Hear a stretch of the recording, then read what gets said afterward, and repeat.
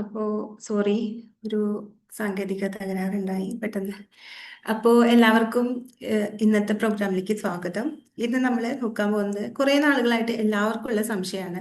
എന്താണ് ഈ I P? ഈ ഐ പി കൊണ്ട് എനിക്ക് എന്താ, ഐ പി എനിക്ക് പ്രതിലിപിക്ക് നൽകുകയാണെങ്കിൽ എനിക്ക് എന്താണ് ഗുണം?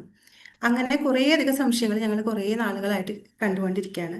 അപ്പൊ ഇന്ന് നമ്മൾ നിങ്ങളുടെ ആ സംശയങ്ങളെല്ലാം എല്ലാം തന്നെ ക്ലിയർ ചെയ്യാനാണ് പോകുന്നത്. അപ്പോൾ നമുക്കറിയാം എന്താണ് ഐ പി, അതായത് ഇന്റലക്ച്വൽ പ്രോപ്പർട്ടി എന്നാണ് നമ്മൾ ആദ്യം തന്നെ നോക്കാനായിട്ട് പോകുന്നത്. ഐ പി എന്ന് പറഞ്ഞു കഴിഞ്ഞാൽ ഇപ്പൊ നമ്മൾ ഒരു ഡ്രസ്സ് വാങ്ങുകയാണെങ്കിൽ ആ ഡ്രസ്സിന്റെ അവകാശം നമുക്കായിരിക്കും. നമ്മളൊരു വീട് വാങ്ങുകയാണെങ്കിൽ ആ വീടിന്റെ അവകാശം നമുക്കായിരിക്കും. അതുപോലെ തന്നെ നിയമപരമായിട്ട് നിങ്ങളുടെ ഒരു പ്രോപ്പർട്ടിയുടെ മേലുള്ള നിങ്ങളുടെ അവകാശത്തിനെയാണ് ഐ പി എന്ന് വിളിക്കുന്നത്. ഒരു രചയിതാവിനെ സംബന്ധിച്ച് നോക്കുകയാണെങ്കിൽ നിങ്ങളുടെ കഥാപാത്രങ്ങള്, ആ കഥാപാത്രങ്ങൾ അടങ്ങുന്ന ആ കഥയുടെ ലോകം, അതുപോലെ സംഭാഷണങ്ങള്, കഥാതന്തു, അങ്ങനെ എന്തും നിങ്ങളുടെ സ്വന്തം ഭാവനയ്ക്ക് അനുസരിച്ച് വികസിപ്പിച്ചെടുക്കുന്ന എന്തും തന്നെ നിങ്ങളുടെ ഐ പിയുടെ ഭാഗമായിട്ട് മാറാം. അപ്പോൾ നമ്മളിനി ഈ ഒരു കഥ വിജയിച്ചു, അതിന്റെ ഐ പികൾക്കുള്ള സാധ്യതകളാണ് നമ്മളിനി നോക്കാൻ പോകുന്നത്. അതായത് നിങ്ങളുടെ ഒരു കഥ അത്യാവശ്യം നല്ലോണം പ്രശസ്തി കിട്ടി, അതുപോലെ തന്നെ വായനക്കാരുടെ ഇടയിൽ ഏറ്റവും പ്രിയപ്പെട്ട ഒരു നോവലാണ്. അങ്ങനെയെങ്കിൽ അത് എത്തിച്ചേരാൻ അല്ലെങ്കിൽ മാറി തീരാവുന്ന സാധ്യതകളാണ് നമ്മളിനി നോക്കാൻ പോകുന്നത്. ഒന്ന്, അത് വെബ് സീരീസ് ആകാം, അല്ലെങ്കിൽ ടി വി സീരിയൽ ആക്കാം, അല്ലെങ്കിൽ സിനിമകളാകാം, അല്ലെങ്കിൽ ഓഡിയോ സീരീസ്, ആനിമേഷൻ, കോമിക്സ്, അല്ലെങ്കിൽ ഗെയിംസ്, ഉൽപ്പന്നങ്ങൾ, പുസ്തകങ്ങൾ, അങ്ങനെ എന്തും തന്നെ ആയി മാറാം. ഇതിൽ ഉൽപ്പന്നങ്ങൾ കണ്ടപ്പോൾ ചിലർക്ക് സംശയം തോന്നിയിരിക്കാം. ഇപ്പോൾ ഉൽപ്പന്നങ്ങൾ, നമ്മളൊരു ഉദാഹരണമായിട്ട് പറയുകയാണെങ്കിൽ നമ്മളെല്ലാവരും എക്സിബിഷനൊക്കെ പോയിട്ടുണ്ടായിരിക്കാം. അപ്പോൾ എക്സിബിഷനും എല്ലായിടത്തും പോകുമ്പോൾ നമുക്ക് ചില സമയത്ത് നമ്മൾ ഒരു നമുക്ക് ആഗ്രഹിക്കുന്ന രീതിയിലുള്ള നമ്മൾ വായിച്ച ഒരു കഥയിലെ കഥാപാത്രങ്ങളുടെ പേരോ അല്ലെങ്കിൽ ആ കഥയുടെ പേരോ അല്ലെങ്കിൽ കഥാപാത്രങ്ങളുടെ മുഖചിത്രങ്ങളോ ഉള്ള വസ്തുക്കളൊക്കെ വാങ്ങാനായിട്ട് കിട്ടും. നമുക്ക് അങ്ങനത്തെ രീതിയിലുള്ള കാര്യങ്ങളാണ് ഉൽപ്പന്നങ്ങൾ എന്നുള്ളതിലൂടെ ഞങ്ങൾ ഉദ്ദേശിച്ചിരിക്കുന്നത്. അപ്പോൾ നമ്മൾ നോക്കുകയാണെന്നുണ്ടെങ്കിൽ നിങ്ങൾ ഒരു കഥയുടെ ഒരു ഐ പി ആണ് നിങ്ങൾ നൽകുന്നത്, പക്ഷെ അത് നിരവധി ഉൽപ്പന്നങ്ങളിലേക്കുള്ള ഒരു വഴിയാണ് നിങ്ങൾക്ക് മുൻപിൽ തുറന്നിടുന്നത്. അതുകൊണ്ട് തന്നെ ഇപ്പൊ നിങ്ങളുടെ ഒരു കഥ തന്നെ ഓഡിയോ ആകാം, അല്ലെങ്കിൽ ഒരു OTT പ്ലാറ്റ്ഫോം വാങ്ങാം. അങ്ങനെ പല പല സാധ്യതകളിലൂടെ പല പല വരുമാന സ്രോതസ്സുകളാണ് നിങ്ങൾക്ക് മുമ്പിൽ ലഭിക്കാൻ പോകുന്നത്. ഇപ്പൊ അതിലൊരു ആദ്യത്തെ ഉദാഹരണമായിട്ട് എടുക്കുകയാണെങ്കിൽ ഒരു ഹാരി പോട്ടർ എന്നുള്ള ഒരു പുസ്തകം നമുക്ക് എല്ലാവർക്കും തന്നെ, ലോകത്തിലെ എല്ലാവർക്കും അറിയാവുന്ന ഒരു പുസ്തകമാണ് ഹാരി പോട്ടർ എന്നുള്ളത്. ആ ഹാരി പോട്ടർ എന്ന് പറയുന്നത് നമ്മള് ജെ കെ റോളിംഗ് എന്ന കഥാകാരി ഒരു സാധാരണ കുട്ടികൾക്ക് വേണ്ടിയിട്ടുള്ള ഒരു നോവലായിട്ടായിരുന്നു ആദ്യം ഉദ്ദേശിച്ച് പ്രസിദ്ധീകരിക്കാൻ തുടങ്ങിയത്. പക്ഷെ അത് പിന്നീട് ആയിത്തീർന്നത് വലിയ ലോകം മുഴുവൻ പ്രശസ്തി നേടിയ പുസ്തകങ്ങൾ, 8 ബ്ലോക്ക് ബസ്റ്റർ സിനിമകൾ, തീം പാർക്കുകൾ, അങ്ങനെ കോടിക്കണക്കിന് രൂപയുടെ ഉൽപ്പന്നങ്ങൾ. ഇപ്പൊ നമുക്ക് തന്നെ അറിയാം, ഒരു ബ്രാൻഡായിട്ട് ഇറങ്ങുന്നത് നമ്മൾ പലപ്പോഴും കണ്ടിട്ടുണ്ട്. ഹാരി പോട്ടറിന്റെ പിക്ചറുള്ള ടീഷർട്ട്സ്, അല്ലെങ്കിൽ കോഫി മാക്സ്, അങ്ങനെ എന്ത് വേണമെങ്കിലും ആ ഉൽപ്പന്നങ്ങളിൽ പെടാം.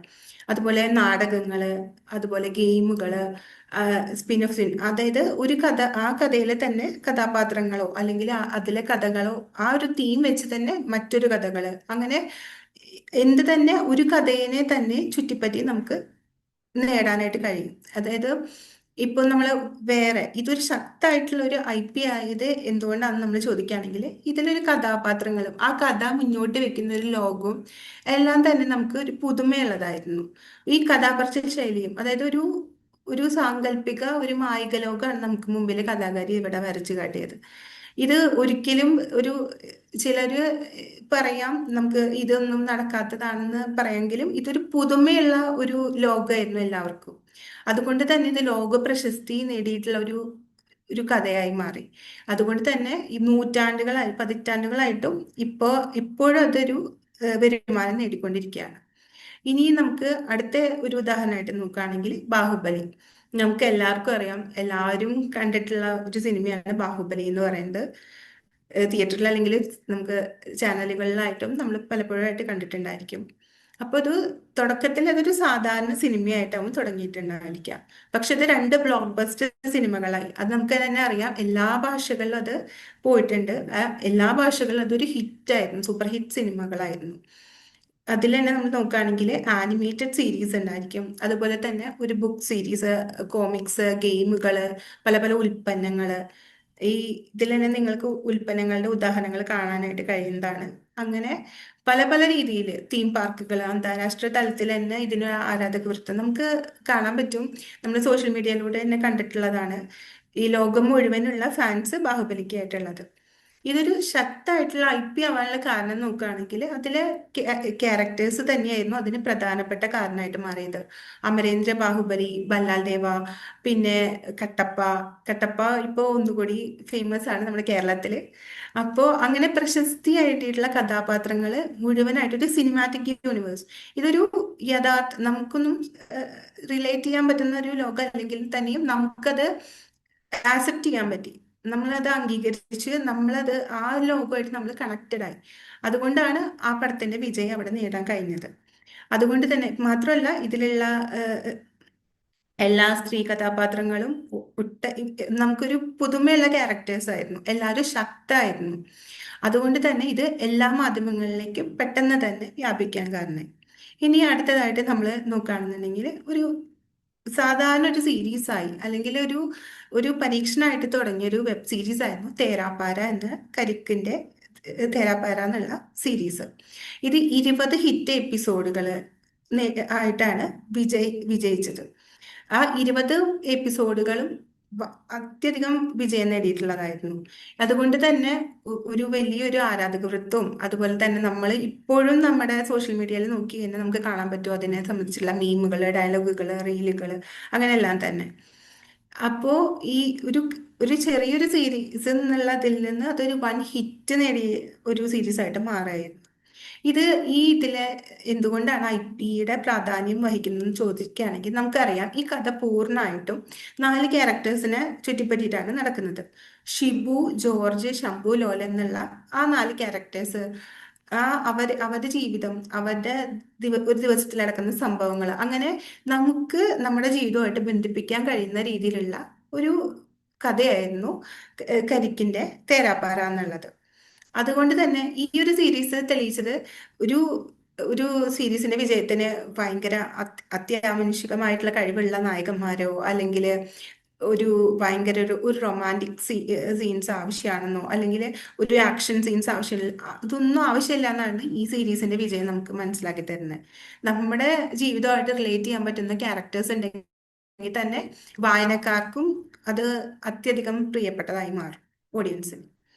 ഇനി ഇനി നമുക്ക് അടുത്തതായിട്ട് പ്രതിലിപിയുടെ ഹിറ്റ് ആയിട്ടുള്ള IP-കൾ ഏതാണെന്ന് നോക്കാം. അതിൽ ഒന്നാമത്തേതാണ് മിഡ് നൈറ്റ് നില്ലി എന്ന പ്രതിലിപിയുടെ ഒരു സീരീസ്. ഇത് പ്രതിലിപിയിൽ നിന്നുള്ള ഒരു കഥ തന്നെ ആയിരുന്നു. ഇതൊരു വെബ് സീരീസ് ആയി പിന്നീട് മാറുകയായിരുന്നു.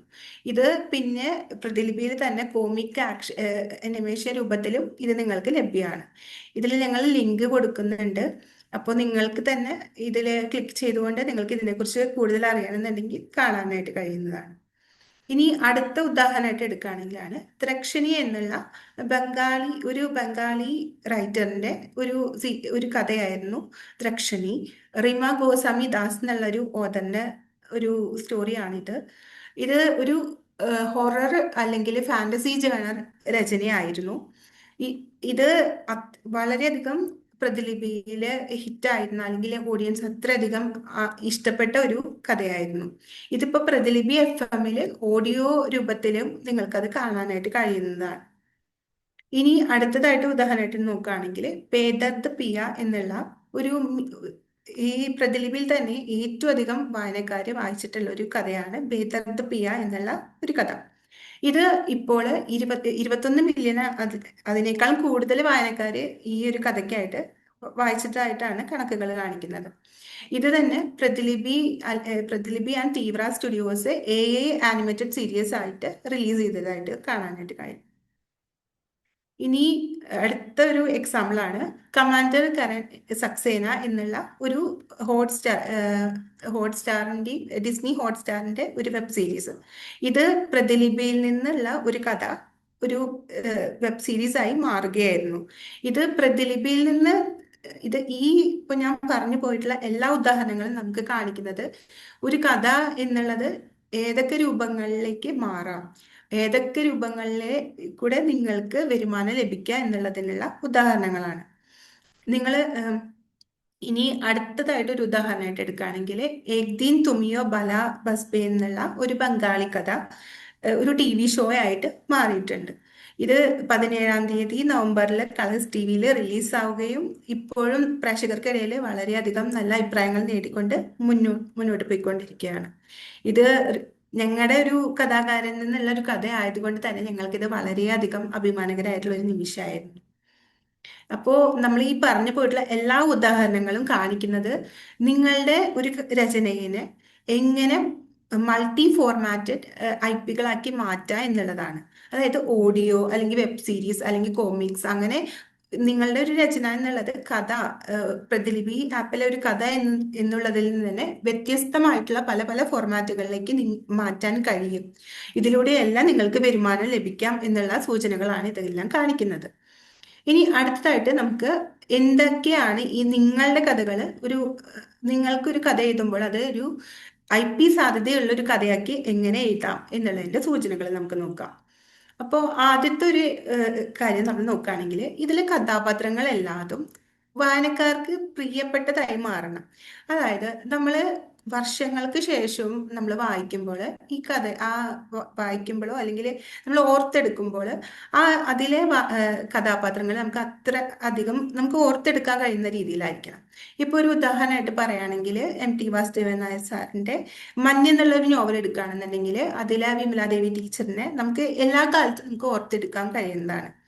നമ്മുടെ നമ്മുടെ ജീവിതവുമായിട്ട് അവരെ റിലേറ്റ് ചെയ്യാൻ പറ്റുന്നത് കൊണ്ടാണ് നമുക്ക് അവരെ ഇപ്പോഴും പ്രിയപ്പെട്ടതായിട്ടും അതുപോലെ തന്നെ അവരുടെ പ്രശ്നങ്ങൾ നമ്മുടെ മനസ്സിൽ നമ്മുടെ പ്രശ്നങ്ങളുമായിട്ട് റിലേറ്റ് ചെയ്യാൻ കഴിയുന്നതും.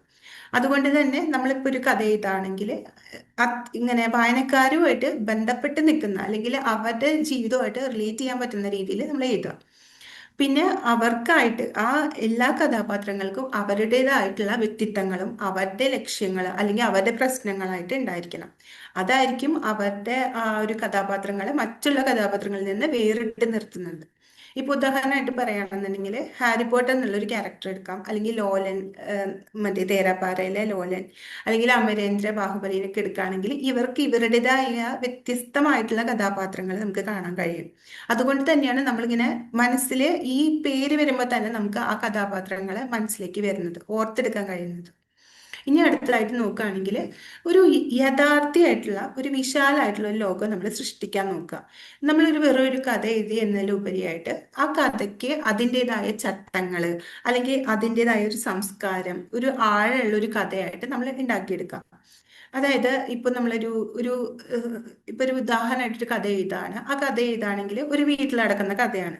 അപ്പൊ ആ വീടിൻ്റെതായിട്ടുള്ള കുറച്ച് ചട്ടങ്ങളൊക്കെ ഉണ്ടായിരിക്കാം, അതിലെ കഥാപാത്രങ്ങളിലെ കുറച്ച് സ്വഭാവങ്ങളൊക്കെ ഉണ്ടായിരിക്കാം, അല്ലെങ്കിൽ ആ കഥാപാത്രങ്ങള് അനുസരിച്ച് പോകുന്ന അല്ലെങ്കിൽ പോ കൊണ്ടുപോകുന്ന കുറച്ച് കാര്യങ്ങളൊക്കെ ഉണ്ടായിരിക്കാം. അതായിരിക്കും ആ കഥനെ മുന്നോട്ട് കൊണ്ടുപോകുന്നുണ്ടാകുക.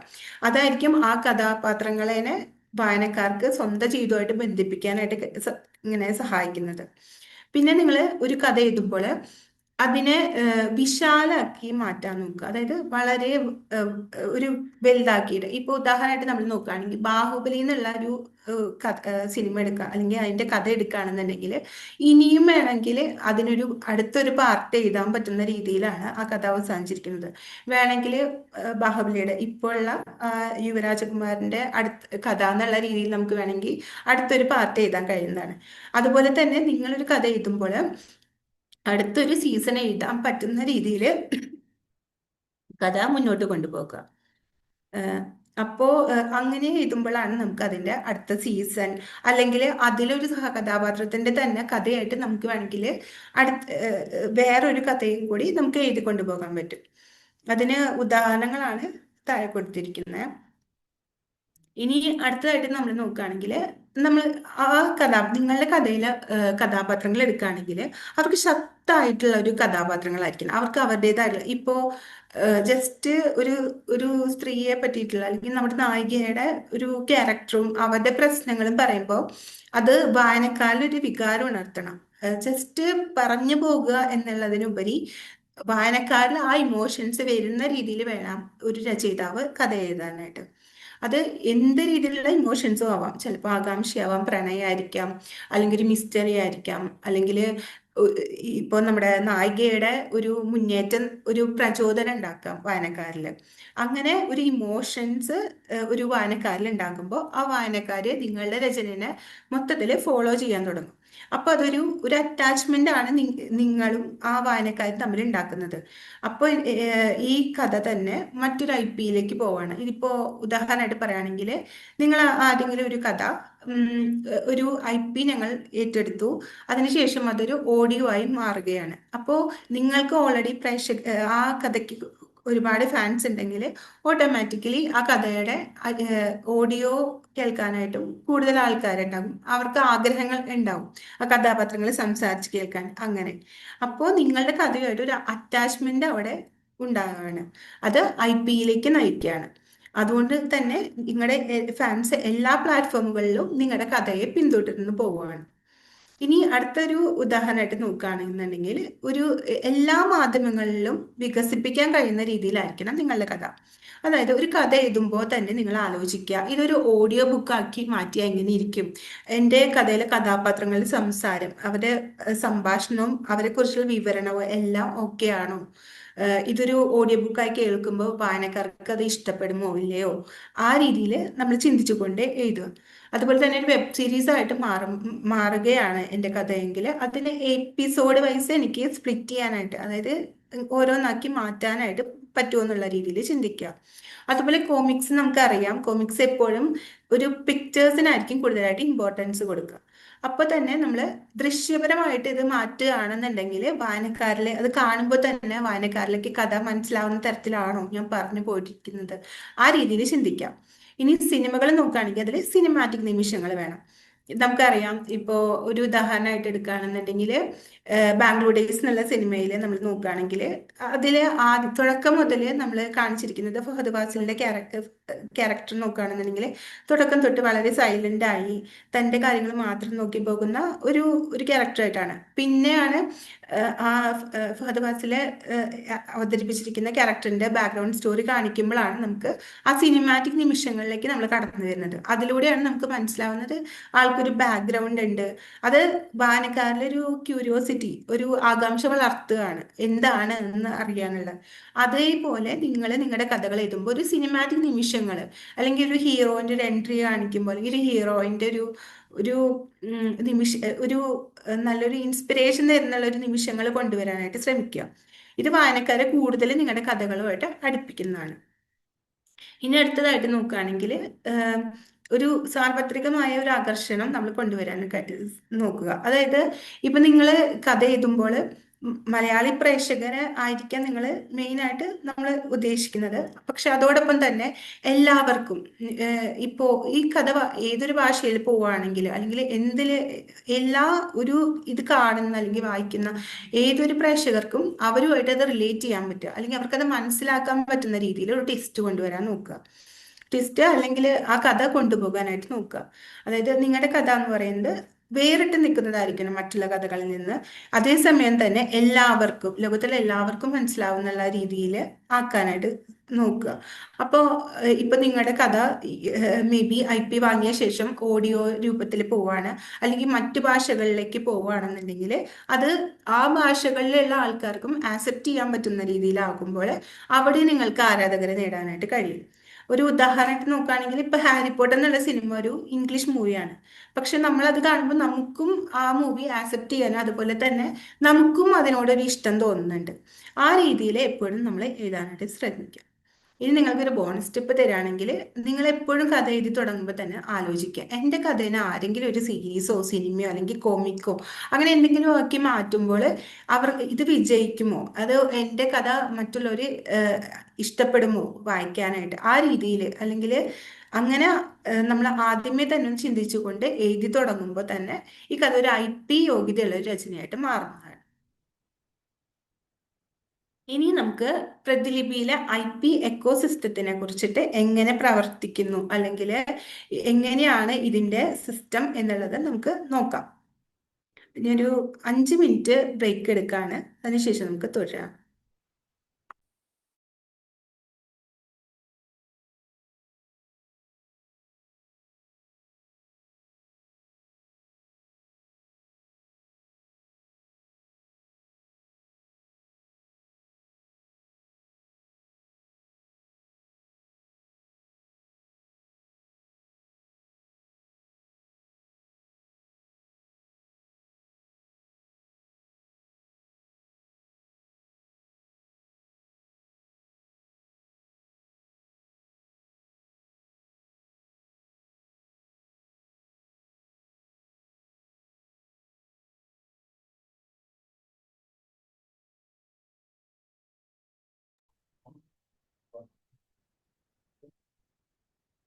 അപ്പൊ നമുക്ക് തുടരാം.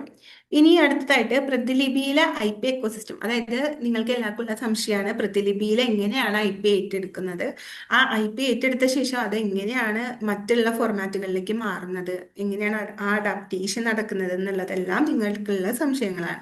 അപ്പൊ നമുക്ക് അതിനെക്കുറിച്ച് ഇനി അടുത്തതായിട്ട് നോക്കാം. അപ്പൊ നമ്മൾ പ്രതിലിപിയുടെ ഐ പി എക്കോസിസ്റ്റം നമ്മൾ നോക്കുകയാണെന്നുണ്ടെങ്കിൽ അത് നമ്മൾ നിങ്ങൾ എഴുതുന്ന രചനകളിൽ നിന്ന് ഏറ്റവും കൂടുതൽ പ്രേക്ഷകർ ഇഷ്ടപ്പെടുന്ന അല്ലെങ്കിൽ ഒരു കഥാ കഥാധിഷ്ഠിതമായിട്ടുള്ള ഒരു രീതിയിൽ ഞങ്ങൾ നിങ്ങളുടെ കഥകൾ തിരഞ്ഞെടുക്കുകയാണ്.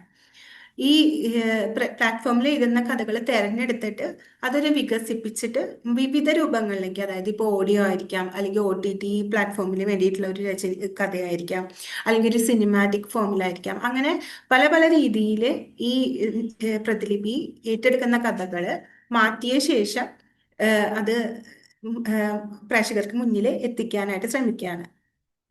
അപ്പോ നമ്മൾ ഈ പ്രതിലിപിയുടെ ഐ പി ഈ എക്കോസിസ്റ്റത്തിൽ പെടുന്ന കാര്യങ്ങൾ നമുക്ക് നോക്കാം.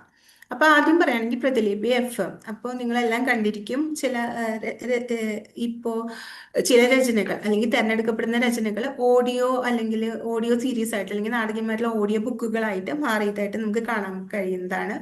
ഇനി പ്രതിലിപി കോമിക്സ് നോക്കുകയാണെങ്കിൽ രചനകൾ ഗ്രാഫിക് നോവൽ രൂപങ്ങളിലേക്ക് മാറ്റുകയാണ്.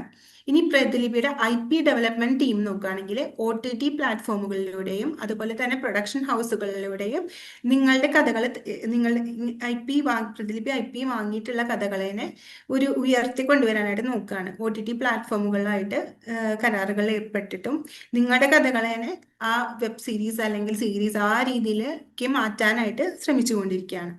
ഇനി Westland Books and Indie Press നോക്കുകയാണെങ്കിൽ നിങ്ങളുടെ കഥേനെ അച്ചടിച്ച് അല്ലെങ്കിൽ ഡിജിറ്റൽ രൂപത്തിൽ തന്നെ പുസ്തകങ്ങളായിട്ട് പ്രസിദ്ധീകരിക്കാൻ ശ്രമിക്കുകയാണ്. ഇനി മൈക്രോ ഡ്രാമ പ്രൊഡക്ഷൻ എന്ന് പറഞ്ഞു കഴിഞ്ഞാൽ ഇപ്പോൾ നിലവിൽ അത് വളരെയധികം ഉയർന്നു വന്നുകൊണ്ടിരിക്കുന്ന ഒരു മേഖലയാണ്. നിങ്ങളിൽ നിന്ന് തിരഞ്ഞെടുക്കുന്ന കഥകളെ ഒരു ചെറിയ രൂപത്തിലുള്ള വീഡിയോ ഡ്രാമകളാക്കി മാറ്റിയിട്ട് നിർമ്മിക്കുന്ന ഒരു പ്രക്രിയയാണ് ഈ മൈക്രോ ഡ്രാമ പ്രൊഡക്ഷൻ എന്ന് ഉദ്ദേശിക്കുന്നത്. ഇനി ഇതെങ്ങനെയൊക്കെയാണ് നമ്മൾ പ്രവർത്തിക്കുന്നത് എന്ന് നോക്കാം. ഈ പ്ലാറ്റ്ഫോമിൽ രചയിതാക്കൾ എഴുതിയ രചനകളിൽ നിന്ന് ആദ്യം തന്നെ ഞങ്ങൾ കുറച്ച് കഥകൾ തിരഞ്ഞെടുക്കുകയാണ്. ആ തിരഞ്ഞെടുത്ത കഥകൾക്ക് വേണ്ടിയിട്ട് IP റൈറ്റ് ഞങ്ങൾ നേടിയെടുക്കുകയാണ്. അത് നിങ്ങൾക്ക് തന്നെ അറിയാം, രചയിതാക്കളുമായിട്ടുള്ള കമ്മ്യൂണിക്കേറ്റ് ചെയ്ത് അവർക്കും താല്പര്യം ഉണ്ടെങ്കിൽ ഞങ്ങൾ IP റൈറ്റ് വാങ്ങിയാണ്. ഈ IP റൈറ്റ് വാങ്ങിയതിന് ശേഷം ഈ കഥകളെല്ലാം ഞങ്ങളുടെ IP വെയർ ഹൗസിലേക്ക് കടക്കുകയാണ്.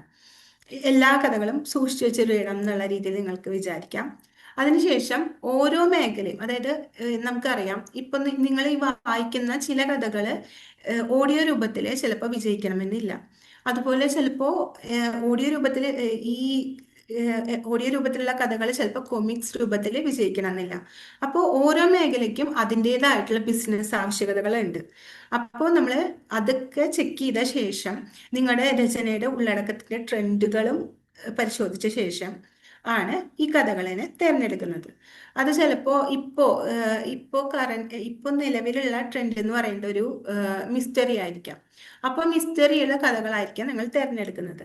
അങ്ങനെ ഓരോ കഥയുടെയും ഉള്ളടക്കത്തിന്റെ ട്രെൻഡുകൾക്കനുസരിച്ച് ഈ തിരഞ്ഞെടുക്കുന്ന കഥകളും വ്യത്യസ്തമാവുന്നു. ഈ IP കരാറിൽ ഒപ്പിട്ടതിന് ശേഷം ഉടൻ തന്നെ മറ്റുള്ള ഫോർമാറ്റുകളിലേക്ക് കഥ പോകുന്നുള്ള ഉറപ്പ് ഞങ്ങൾ തരുന്നില്ല. അത് ഞാൻ മുമ്പ് പറഞ്ഞതുപോലെ തന്നെ ബിസിനസ് ആവശ്യകതകളെയും അതുപോലെ രചനയുടെ ഉള്ളടക്കത്തിന്റെ ട്രെൻഡുകൾ അനുസരിച്ചായിരിക്കും അത് മാറാറുള്ളത്. ചിലപ്പോഴൊക്കെ സംശയം ചോദിച്ചു കാണാം, എന്തുകൊണ്ടാണ് IP വാങ്ങിയതിന് ശേഷം എൻ്റെ രചന ഓഡിയോ ആയി FM കേൾക്കാൻ കഴിയാത്തതെന്ന്. അതിന് പ്രധാനപ്പെട്ട കാരണം ഇതാണ്. അതായത് ഓരോന്നിനും ചില രചനകൾ ചിലപ്പോൾ ഓഡിയോ ആയിട്ട് കേൾക്കാൻ അത്ര വിജയിക്കണം എന്നില്ല. ചിലപ്പോൾ അതിനുവേണ്ടി വെയിറ്റിംഗിലായിരിക്കാം. അങ്ങനെ പല പല കാരണങ്ങൾ ഇതിന് പിന്നിലുണ്ടായിരിക്കാം.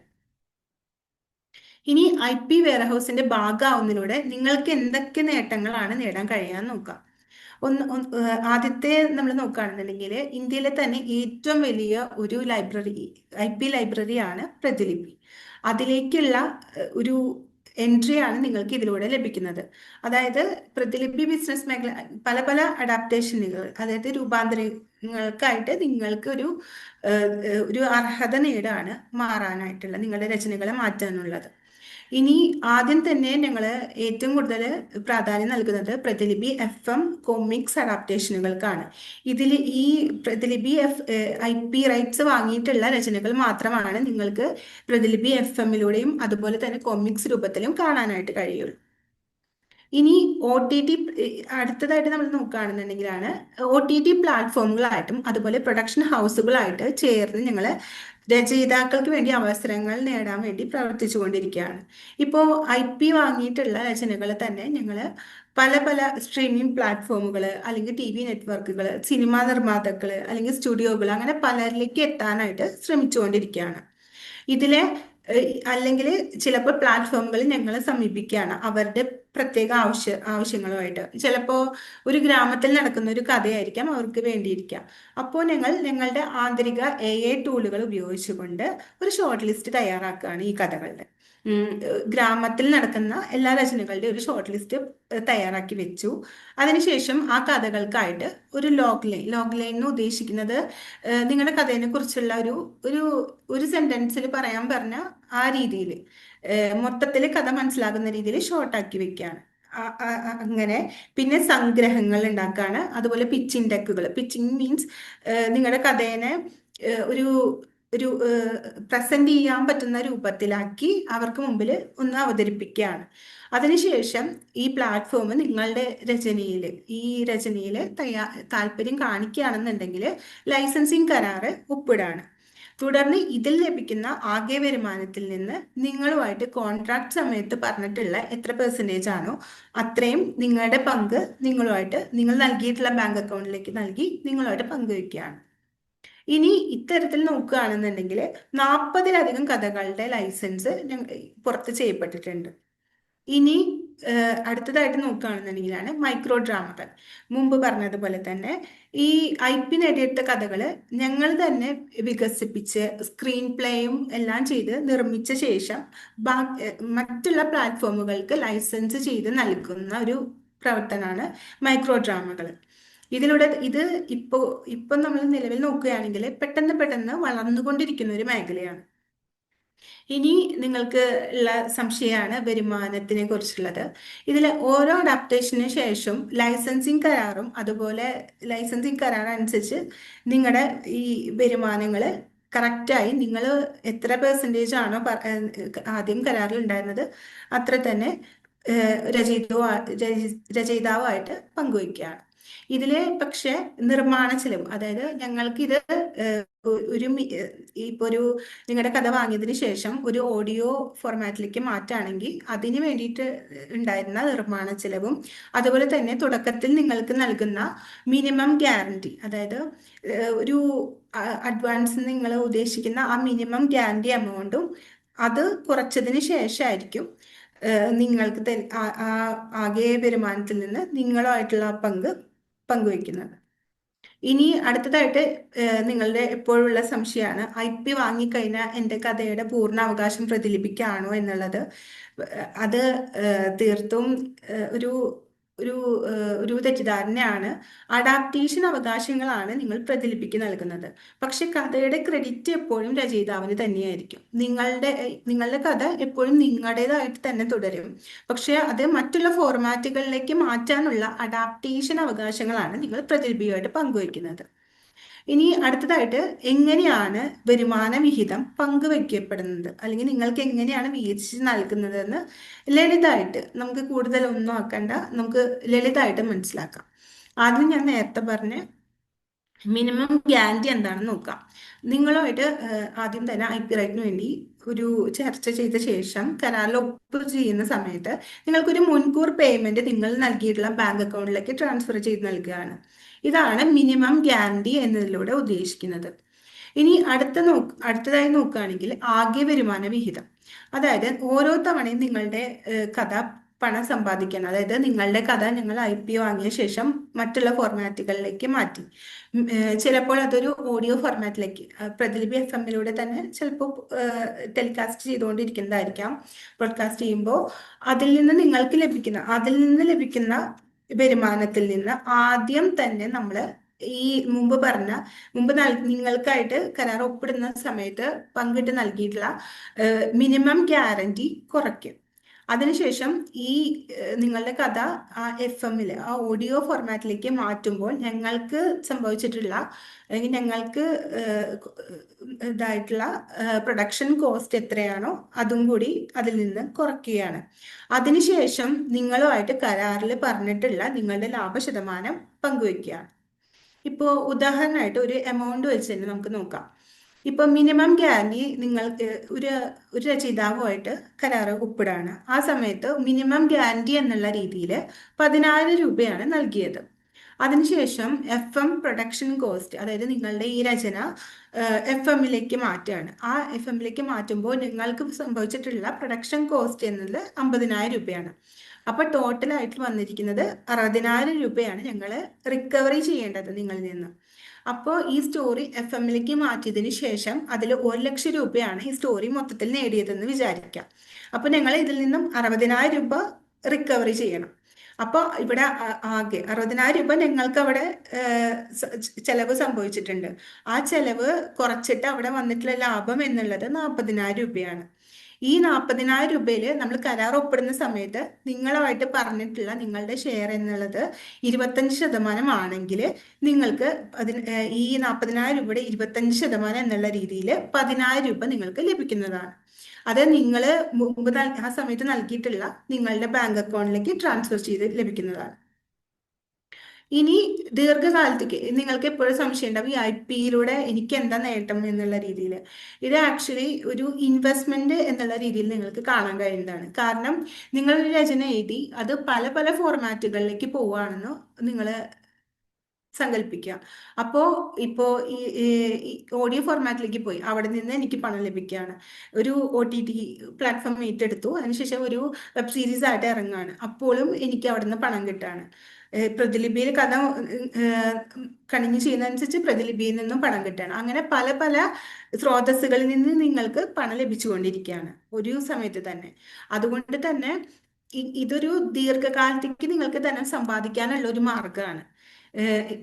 ഈ പ്രതിലിപി നിങ്ങളുടെ പ്രതിനിധി എന്നുള്ള രീതിയിൽ അഡാപ്റ്റേഷൻ അവകാശങ്ങൾ നിങ്ങളുടെ വാങ്ങിയ ശേഷം പല രീതിയിൽ കൈകാര്യം ചെയ്ത് നിങ്ങൾക്ക് ധനസമ്പാദനം നേടാനും വഴിയൊരുക്കുകയാണ്.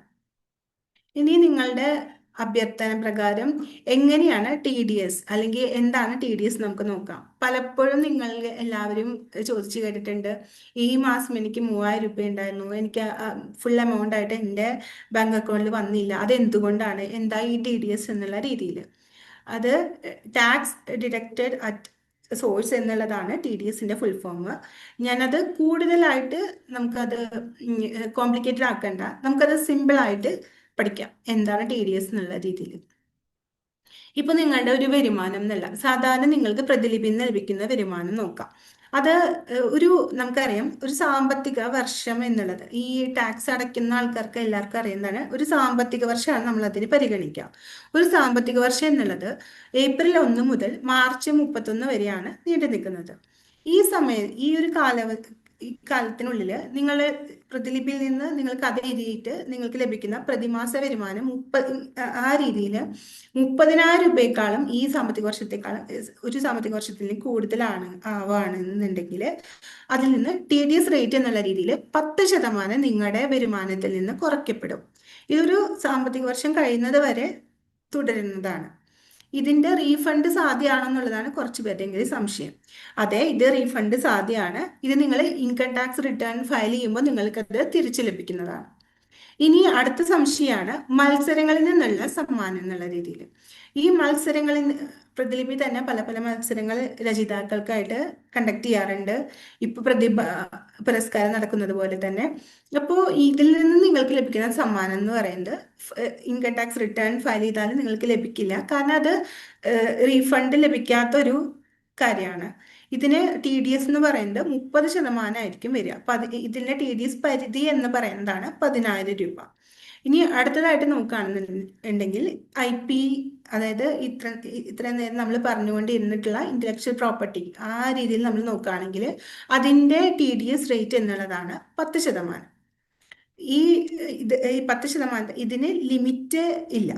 ഇതും നിങ്ങൾക്ക് ഇൻകം ടാക്സ് റിട്ടേൺ ഫയൽ ചെയ്യുകയാണെന്നുണ്ടെങ്കിൽ റീഫണ്ട് ലഭിക്കുന്നതാണ്. അപ്പോൾ നിങ്ങൾക്ക് എല്ലാവർക്കും ഇപ്പോൾ ടി ഡി എസിനെ കുറിച്ചിട്ടും ഒരു ഐഡിയ, മൊത്തത്തിൽ എന്താണ് ടി ഡി എസ്, എങ്ങനെയാണ് ഇത് വർക്ക് ചെയ്യുന്നത്, നിങ്ങൾക്കിത് റീഫണ്ട് ആയിട്ട് ലഭിക്കുമോ ഇൻകം ടാക്സ് റിട്ടേൺ ഫയൽ ചെയ്ത് കഴിഞ്ഞാൽ, അങ്ങനെ എല്ലാ സംശയങ്ങളും നിങ്ങളുടെ തീർന്നു എന്ന് കരുതാണ്. ഇനി നമുക്ക്, അപ്പോൾ ഇന്നത്തെ ക്ലാസ് നിങ്ങൾക്ക് എല്ലാവർക്കും പ്രയോജനമായി എന്ന് ഞാൻ വിചാരിക്കുകയാണ് ഇന്ന്. അപ്പോൾ നമുക്ക് ഇനി നിങ്ങൾക്ക് ആർക്കെങ്കിലും ഇതിൽ എന്തെങ്കിലും സംശയങ്ങൾ ഉണ്ടെങ്കിൽ ചോദിക്കാവുന്നതാണ്. ഒന്ന് ഹാൻഡ് റൈസ് ചെയ്ത് കഴിഞ്ഞാൽ നമുക്ക്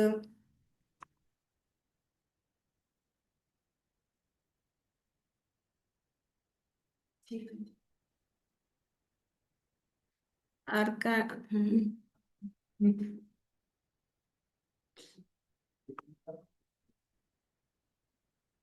ഉം.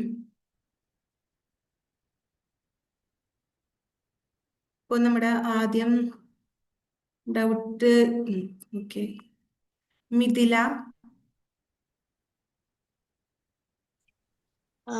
കേക്കാമോ? കേൾക്കാം. എനിക്ക് 2 ഡൗട്ടാണുള്ളത്. ഒന്ന്, ഇപ്പൊ പറഞ്ഞല്ലോ ലൈക്ക് നമ്മളുടെ കഥകളിൽ മറ്റേ പല പ്ലാറ്റ്ഫോമിലേക്ക് തിരഞ്ഞെടുക്കപ്പെടുന്ന സംഭവം. അപ്പം അത് ഓൺഗോയിങ് ആയിട്ടുള്ള സ്റ്റോറീസ് തിരഞ്ഞെടുക്കപ്പെടുമോ അതോ നമ്മൾ കംപ്ലീറ്റ് ചെയ്ത സ്റ്റോറീസ് മാത്രമേ ഇങ്ങനെ പല പ്ലാറ്റ്ഫോമിലേക്ക് തിരഞ്ഞെടുക്കപ്പെടുള്ളൂ? അത് ആക്ച്വലി അത് തിരഞ്ഞെടുക്കുന്നത് നിങ്ങളുടെ വായനക്കാരുടെ എണ്ണം, അതുപോലെ കഥയുടെ ക്വാളിറ്റി, അതുപോലെ തന്നെ ഓക്കെ. അങ്ങനെ ഞങ്ങളുടെ ടീം, ഞങ്ങളുടെ ഐ പി ടീം തിരഞ്ഞെടുക്കുന്ന കുറച്ച് ഫാക്ടേഴ്സിനെ വെച്ചിട്ടാണ് അത് തിരഞ്ഞെടുക്കപ്പെടുന്നത്.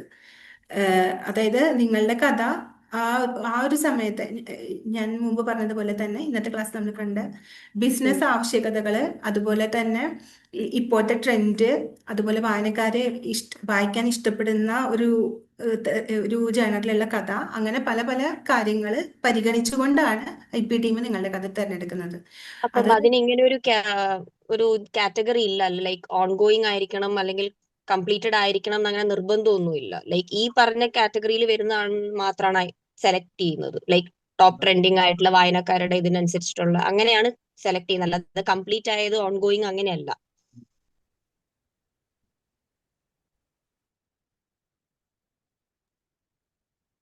Hello, hello. കേൾക്കാനുണ്ടോ? പറഞ്ഞോളൂ.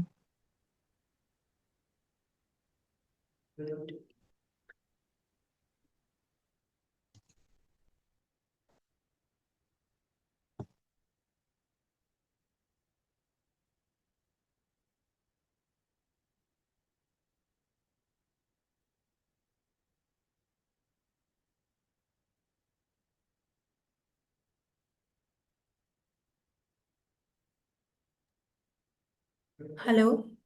ഹലോ. ആ, സോറി. ഇല്ല, കുഴപ്പമില്ല. ഓക്കെ. അത് ഞങ്ങളുടെ ഐ പി ടീം തിരഞ്ഞെടുക്കുന്ന ഞാൻ പറഞ്ഞ ആ ഫാക്ടേഴ്സ് എല്ലാം വെച്ചിട്ടാണ് തിരഞ്ഞെടുക്കുന്നത്. അത് ഈ പറഞ്ഞ പോലെ തുടരുന്ന, ഇപ്പൊ നിലവിൽ തുടർന്നുകൊണ്ടിരിക്കുന്ന കഥയാകാം, അല്ലെങ്കിൽ കഴിഞ്ഞിട്ടുള്ള കഥയോ ആകാം. അത് മെയിനായിട്ട് അതിൽ നോക്കുന്ന ഫാക്ടേഴ്സ് എന്നുള്ളത് അത്രയധികം വായനക്കാർ വായിക്കാൻ ഇഷ്ടപ്പെടുന്ന ഒരു കഥയാണോ, അല്ലെങ്കിൽ അത്രയധികം ഫോളോവേഴ്സ് ഉള്ള ഒരു കഥയാണോ എന്നുള്ള അത്തരം ഫാക്ടേഴ്സിനെ വെച്ചിട്ടാണ് അങ്ങനെ സെലക്ട് ചെയ്യുന്നത്. ഓക്കെ. രണ്ടാമത്തെ ഡൗട്ട്, ഈ ഐ പി ടീം റാൻഡംലി ആണോ കഥകൾ ഇങ്ങനെയുള്ള പ്ലാറ്റ്ഫോമിലേക്ക് സെലക്ട് ചെയ്യുന്നത്, അതോ നമുക്ക് റൈറ്ററിന് ഡയറക്റ്റ് പ്രതിലിപിയെ കോണ്ടാക്ട് ചെയ്ത് ഇങ്ങനെയുള്ള പ്ലാറ്റ്ഫോമിലേക്ക് എന്റെ കഥ ചേർക്കപ്പെടാൻ താല്പര്യമുണ്ടെന്ന് പറയാൻ പറ്റുമോ? ഇല്ല, ഞങ്ങളുടെ ഐ പി ടീം ഇതുപോലെ ഞങ്ങൾക്കായിട്ട് ഒരു ഇന്റേണൽ ടൂൾസ് ഉണ്ട്. അത് വെച്ച് ഓക്കെ. ഞങ്ങൾക്കൊരു ഡാറ്റ ഉണ്ട്. അത് വെച്ച് തിരഞ്ഞെടുക്കുന്ന കഥകളെ ഞങ്ങളുടെ ഐ പി ടീം ഡയറക്റ്റ്, നിങ്ങളുടെ കഥ ഇപ്പോൾ മിഥിലയുടെ കഥ തന്നെ തിരഞ്ഞെടുക്കുകയാണെങ്കിൽ മിഥിലേനെ കണക്ട് ചെയ്ത് മിഥിലുമായി ഓക്കെ. ചർച്ച ചെയ്ത് അങ്ങനെയാണ് കരാറൊക്കെ ഉണ്ടാക്കി അത് മുന്നോട്ട് കൊണ്ടുപോകും. Okay ma'am, thank you. Okay, ഞാൻ 1 മിനിറ്റ് ബ്രേക്ക് എടുക്കാണ്, അതിനുശേഷം തുടരുന്നതാണ്. ഇതിലൊരു പോയിന്റ്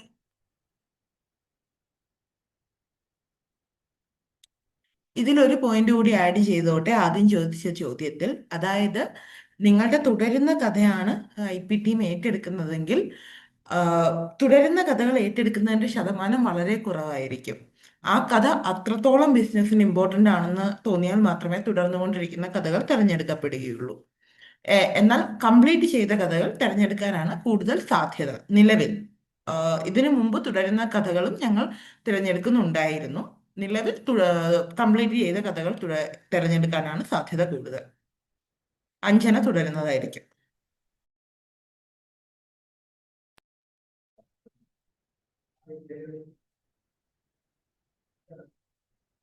അടുത്തതായി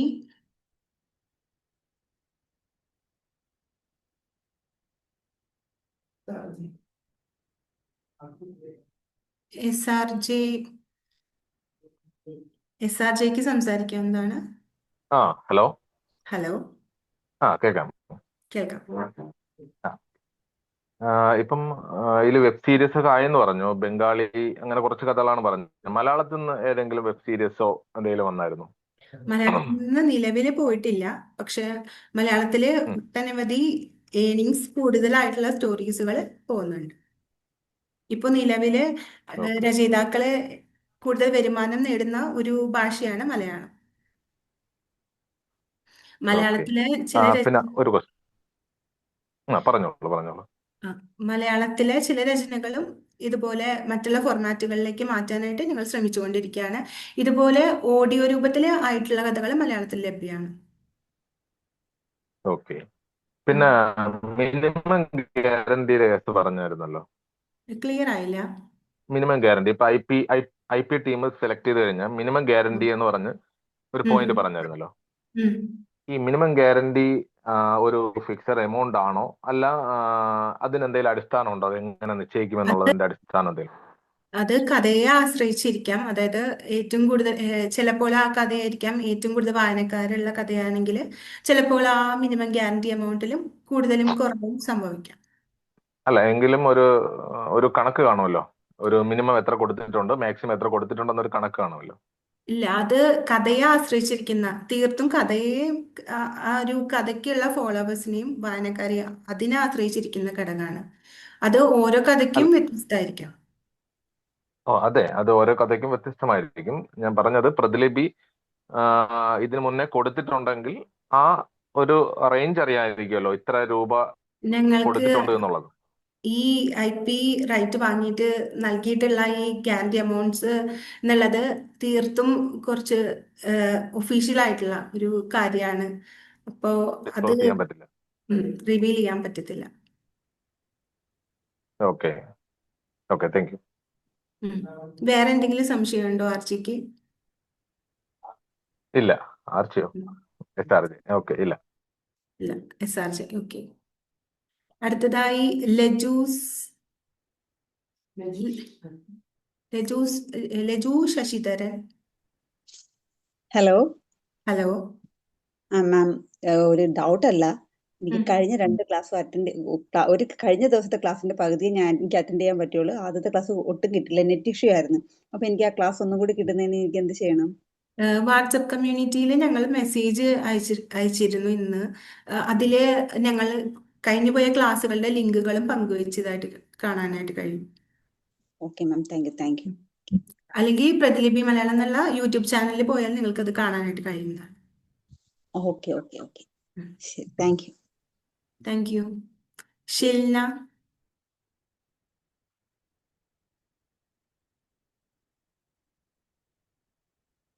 hello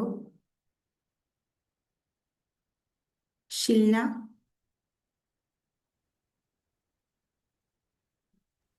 hello ma'am. Hello ma'am, TDSനെ കുറിച്ച് പറഞ്ഞല്ലോ. Hello hello. എനിക്ക് കേൾക്കുന്നുണ്ട്. ഷിൽന പറയൂ.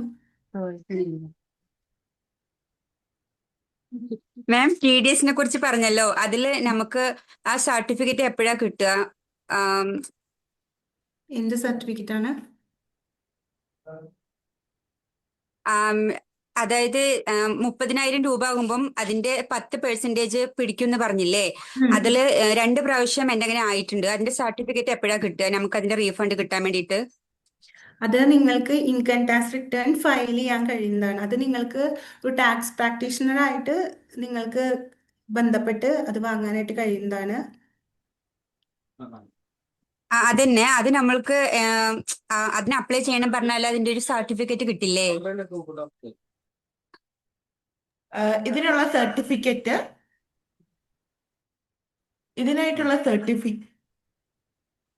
ഇതിനായിട്ടുള്ള സർട്ടിഫിക്കറ്റ് ക്വാർട്ടർലി ആയിട്ട്, അതായത് 3 മാസം കൂടുമ്പോൾ ഒരു സർട്ടിഫിക്കറ്റ് എന്നുള്ള രീതിയിലാണ് നിങ്ങൾക്ക് ലഭിക്കുക. അതായത് ഓരോ ഓക്കെ ക്വാർട്ടറിലുമാണ് TDS പിടിക്കുന്നതിന്റെ സർട്ടിഫിക്കറ്റ് ലഭിക്കുക. അപ്പോൾ ഈ സർട്ടിഫിക്കറ്റുകൾ നിങ്ങൾക്ക് ഓക്കെ ഓരോ ക്വാർട്ടറിന്റെ അവസാനത്തിൽ ചോദിക്കാം, അല്ലെങ്കിൽ മാർച്ച് മാസമാകുമ്പോൾ എത്ര ക്വാർട്ടറിൽ കാശ് പിടിച്ചിട്ടുണ്ടോ ആ ക്വാർട്ടറുകളുടെ എല്ലാം സർട്ടിഫിക്കറ്റുകൾ ലഭിക്കുന്നതാണ്. അതിന് മലയാളം ഓക്കെ ഓക്കെ @പ്രതിലിപി.com മെയിൽ അയക്കുകയോ അല്ലെങ്കിൽ ആപ്പിൽ നിന്ന് നേരിട്ട് റിപ്പോർട്ട് ചെയ്യുകയോ ചെയ്താൽ മതിയാകും. Okay ma'am, thank you.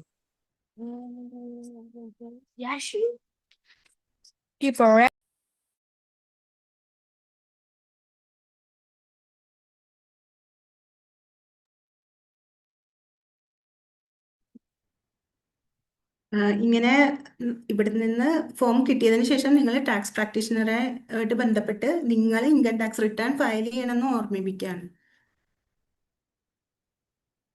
ഉം.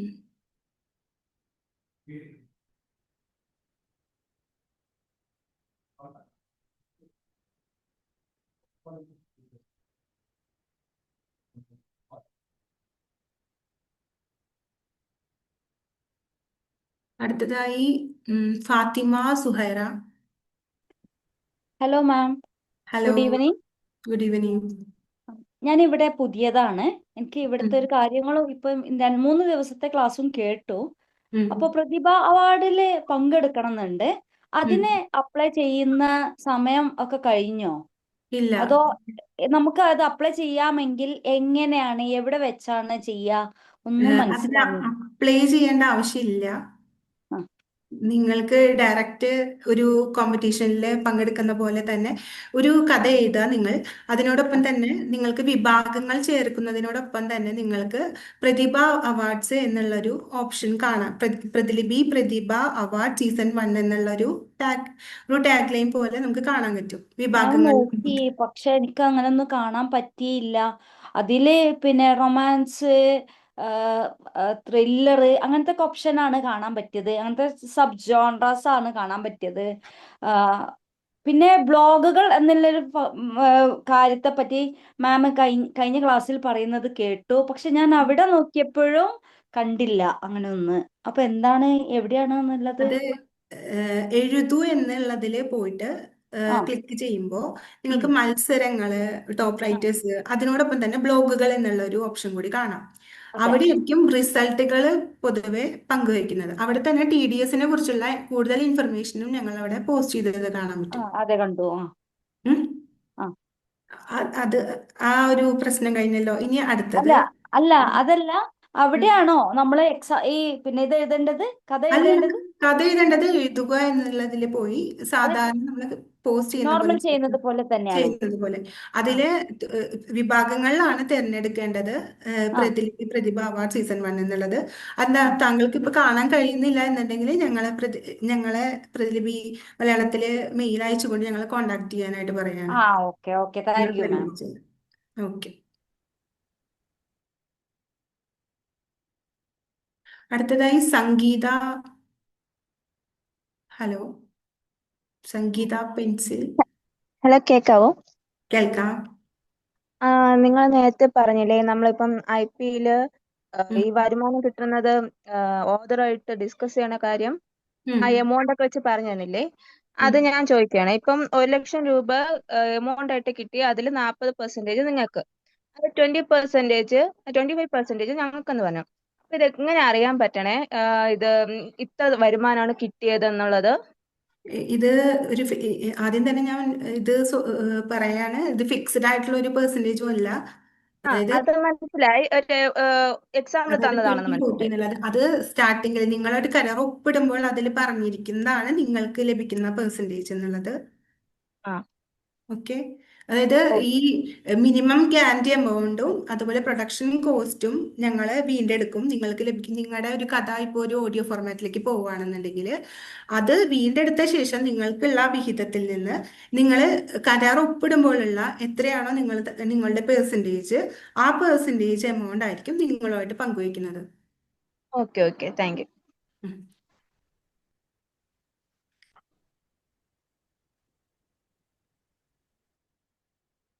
അതുപോലെ തന്നെ നിങ്ങളുടെ ഓരോ കഥയും പല പല ഫോർമാറ്റുകളിലേക്ക് പോകും തോറും ഏത് ഫോർമാറ്റിലേക്കാണ് പോകുന്നത് ആ സമയത്ത് തന്നെ നിങ്ങൾക്ക് അതിനെ തുടർന്നുള്ള ഒരു മെയിൽ വരുന്നതാണ്.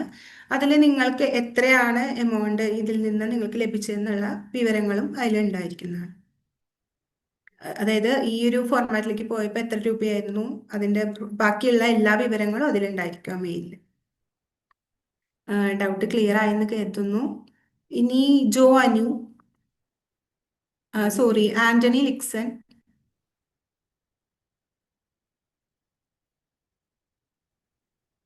ആന്റണി ലിക്സൺ. കേൾക്കാൻ പറ്റുന്നുണ്ടോ? കേൾക്കാൻ പറ്റുന്നുണ്ട്. ഓക്കെ. എനിക്കിപ്പോ എന്റെ 2 കഥ ഇപ്പോ ഓൾറെഡി IP അക്വിസിഷൻ നിങ്ങൾ ചെയ്തിട്ടുള്ളതാണ്. ഉം. അപ്പോ നേരത്തെ ഒരാൾ ചോദിക്കുന്നത് കേട്ടായിരുന്നു, അതായത് മലയാളത്തിൽ നിന്ന് ഏതെങ്കിലും വന്നിട്ടുണ്ടോ എന്നുള്ളത്. അപ്പോ ഓക്കെ. ഇതുവരെ അങ്ങനെ ഒന്നും വന്നതായിട്ട് എന്റെ അറിവിലും ഇല്ല. അപ്പോ പക്ഷേ FM-ല് നിങ്ങൾക്ക് പല രചയിതാക്കളുടെ മലയാളം FM-ല്, അതായത് പ്രതിലിപി FM-ല് നിങ്ങൾ കേൾക്കുന്ന എല്ലാ രചനകളും പ്രതിലിപി റൈറ്റ് വാങ്ങിയിട്ടുള്ള രചനകളാണ്. ഉം, ഉം. ഉം. ഇനി അപ്പോ താങ്കളുടെ രചന ഇപ്പോ മറ്റുള്ള ഫോർമാറ്റുകളിലേക്ക് പോയിട്ടില്ലെങ്കിൽ വിഷമിക്കേണ്ടതില്ല. അത് ഞാൻ മുമ്പ് പറഞ്ഞതുപോലെ തന്നെ ബിസിനസ് ആവശ്യകതകൾ, ആ സമയത്ത് ട്രെൻഡ്, അങ്ങനെ പല കാര്യങ്ങൾ, പലൊരു ഫാക്ടേഴ്സിനെ ഡിപ്പെൻഡ് ചെയ്തിട്ടാണ് അതിരിക്കുന്നത്. അപ്പോൾ താങ്കളുടെ രചന മറ്റൊരു ഫോർമാറ്റിലേക്ക് മാറുമ്പോൾ താങ്കൾ അറിയിക്കുന്നതാണ്. അല്ല, ഇപ്പൊ ഇതില് ഇപ്പൊ നമുക്ക് എന്തെങ്കിലും അതായത് അറിയാൻ ഇതിന്റെ ഒരു സ്റ്റാറ്റസ് അറിയാനായിട്ട് നമുക്ക് എന്തെങ്കിലും ഒരു വഴിയുണ്ടോ ഇപ്പൊ നിലവിൽ? മറ്റൊരു ഫോർമാറ്റിലേക്ക് പോകുമ്പോൾ താങ്കളുമായിട്ട് IP ടീം ഒരു മെയിലായി, ഇപ്പൊ താങ്കളുടെ രചന പോവുകയാണെന്നുണ്ടെങ്കിൽ അതിനെ തുടർന്ന് താങ്കൾക്ക് മെയിൽ വരുന്നതാണ്. അതല്ലാതെ നമുക്ക് അവരായിട്ട് കോൺടാക്ട് ചെയ്യാനുള്ള വഴികളൊന്നുമില്ല അല്ലെ? അതിപ്പോ IP മലയാളം പ്രതിലിപി.com-ലേക്ക് നിങ്ങൾക്ക് വേണമെങ്കിൽ മെയിൽ അയച്ച് കോണ്ടാക്ട് ചെയ്യാൻ കഴിയുന്നതാണ് അതിനെ തുടർന്ന്. ഓക്കെ, ശരി ശരി. Thank U. ഇനി ജോ അനു.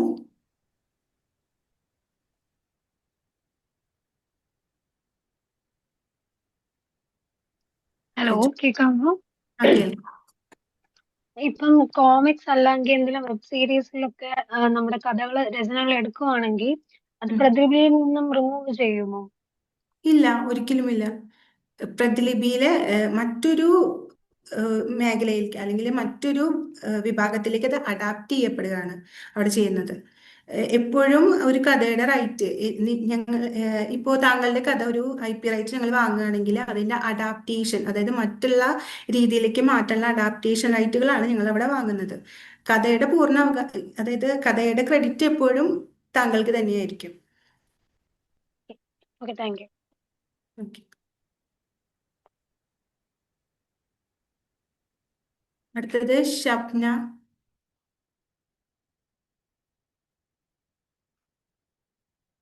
ഷപ്ന മ്യൂട്ടിലാണ്. Hello hello. മാം, ഞാൻ എന്റെ സ്റ്റോറീസ് ഒക്കെ കോപ്പിറൈറ്റ്സ് കൊടുത്ത് വാങ്ങിയിട്ടുണ്ട്, പ്രതിലിപിയിലേക്ക് കൊടുത്തിട്ടുണ്ട്. അപ്പോ അത് സ്റ്റോറി പ്രതിലിപിന്റെ അല്ലേ, വോയിസ് റെക്കോർഡ് ആയിട്ട് വരുന്നില്ലേ സ്റ്റോറി? പ്രതിലിപി FM ആണോ ഉദ്ദേശിച്ചത്?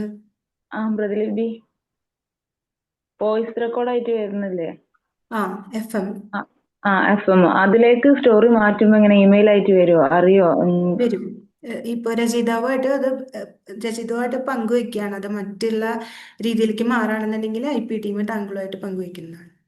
അത് കോപ്പിറൈറ്റ്സ് വാങ്ങിയതായാലും കൊടുത്തതായാലും പങ്കുവെക്കും, അറിയും.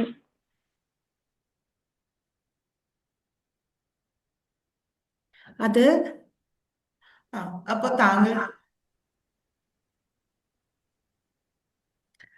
താങ്കളുടെ ഒരു രചന മറ്റൊരു ഫോമിലേക്ക് മാറ്റുമ്പോൾ അത് സംബന്ധിച്ച മെയിൽ താങ്കൾക്ക് ലഭിക്കും. അതിനോടൊപ്പം തന്നെ ഈ താങ്കളുടെ ഒരു രചന അഡാപ്റ്റ് ചെയ്തതിൽ നിന്നും വരുമാനം ലഭിച്ചു തുടങ്ങുമ്പോൾ എത്ര വരുമാനം കിട്ടി, താങ്കളുടെ ഷെയർ, അനുബന്ധിച്ചുള്ള മെയിലും താങ്കൾക്ക് ലഭിക്കും. എല്ലാ കാര്യങ്ങളും രചയിതാവിനെ അറിയിച്ചുകൊണ്ടായിരിക്കും മുന്നോട്ട് പോവുക. അത് ഇപ്പൊ കോപ്പിറൈറ്റ്സ് വാങ്ങിയിട്ട് 2 മാസമായിട്ടേ ആയിട്ടേ ഉള്ളൂ. അപ്പൊ ഒരു നിമിഷം. ഹലോ ഹലോ, കേൾക്കുന്നു? കേൾക്കാം. കോപ്പിറൈറ്റ്സ് വാങ്ങിയിട്ട് ഇപ്പോ 2 മാസത്തോളം ആയിട്ടേ ഉള്ളൂ. അപ്പോ ഇത് എഫ്എമ്മിലേക്ക് സ്റ്റോറി മാറ്റുമ്പോ അധിക ടൈം എടുക്കും, അതോ കംപ്ലീറ്റ് ചെയ്തൊക്കെ ഈ ടൈമിൽ തന്നെ അതിന് മുമ്പ് പറഞ്ഞതുപോലെ തന്നെ നിങ്ങൾ ഐപ്പറേറ്റ് വാങ്ങിയ ഉടനെ തന്നെ അത് മാറ്റണമെന്നില്ല. അതിന് ചിലപ്പോൾ സമയം എടുത്തേക്കാം. ചിലപ്പോൾ അതിൻ്റെ വിജയ സാധ്യതകൾ, അതുപോലെ ബിസിനസ് ആവശ്യകതകൾ, അതിൻ്റെ ഓഡിയൻസ്, അങ്ങനെ പല കാര്യങ്ങൾ, ബിസിനസ് ഫാക്ടേഴ്സിനെ ആശ്രയിച്ചാണ് അതിരിക്കുന്നത്.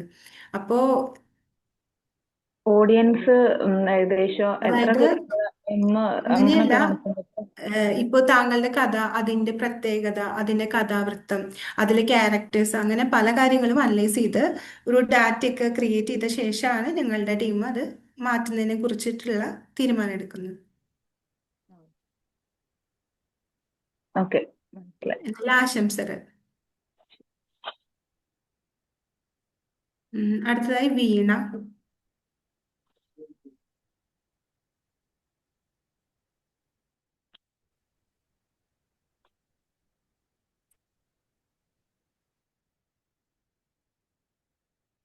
ഹലോ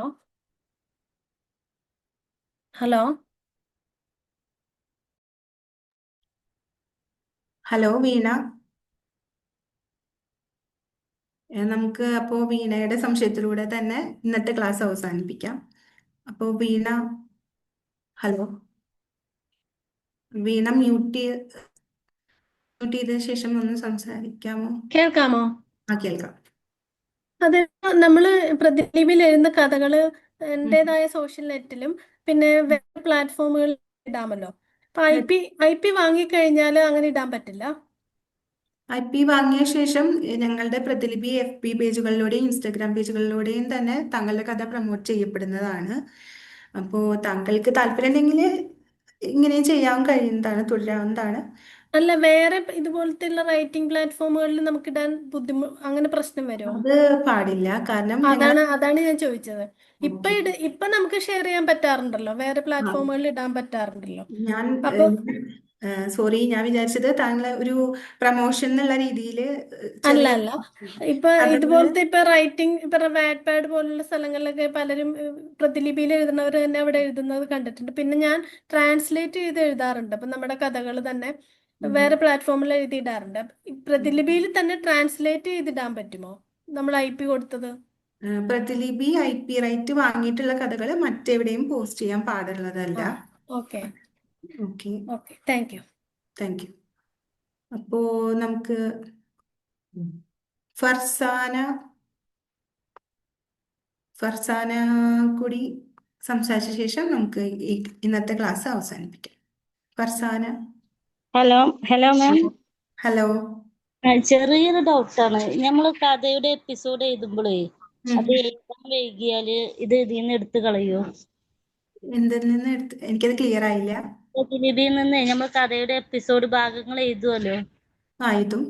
അപ്പൊ എഴുതാൻ നേരം വൈകിയാലോ എന്തെങ്കിലുമൊക്കെ ചെയ്താ? ഇല്ല, ഇതൊരു സെൽഫ് റൈറ്റിംഗ് പബ്ലിഷിംഗ് പ്ലാറ്റ്ഫോമാണ്. അതുകൊണ്ട് തന്നെ ഇപ്പൊ ഫർസാന ഒരു കഥ എഴുതാണെന്നുണ്ടെങ്കിൽ ഫർസാനയ്ക്ക് അത് എപ്പോ വേണമെങ്കിലും എഴുതി പോസ്റ്റ് ചെയ്യാവുന്നതാണ്. പക്ഷേ ഇപ്പോൾ ഫർസാന ഒരു കഥ എഴുതി തുടങ്ങി, അതിനുശേഷം കുറച്ച് ലാഗ് അടിച്ച് കഥ എഴുതാണ് പിന്നീട് പോസ്റ്റ് ചെയ്യുകയാണെങ്കിൽ ഫർസാനയുടെ വായനക്കാർക്ക് മടുപ്പ് അനുഭവപ്പെടാനും അതുപോലെ തന്നെ ഫോളോവേഴ്സിന്റെ എണ്ണം കുറയാനും ചാൻസ് കൂടുതലാണ്. അതായത് ഒരു കഥയ്ക്ക് ഒരു അടുത്ത പാർട്ട് തമ്മിൽ ഗ്യാപ്പുകൾ വരും തോറും, കുറെ ദിവസങ്ങൾ എടുക്കും തോറും പ്രേക്ഷകർക്ക് ആ ഒരു കഥ അറിയാനുള്ള ഒരു ക്യൂരിയോസിറ്റി കുറയാൻ ചാൻസ് കൂടുതലാണ്. Okay, thank U. അപ്പോ എല്ലാവരുടെയും സംശയങ്ങളൊക്കെ ക്ലിയർ ചെയ്തെന്ന് കരുതുന്നു. നിങ്ങൾക്ക് ഈ ക്ലാസ് പ്രയോജനപ്പെട്ടു എന്നാണ് വിശ്വസിക്കുന്നത്. Okay, thank U. അപ്പോൾ നമുക്ക് ഇനി നാളത്തെ ക്ലാസ്സിൽ കണ്ടുമുട്ടാം. Thank you. Have A nice day.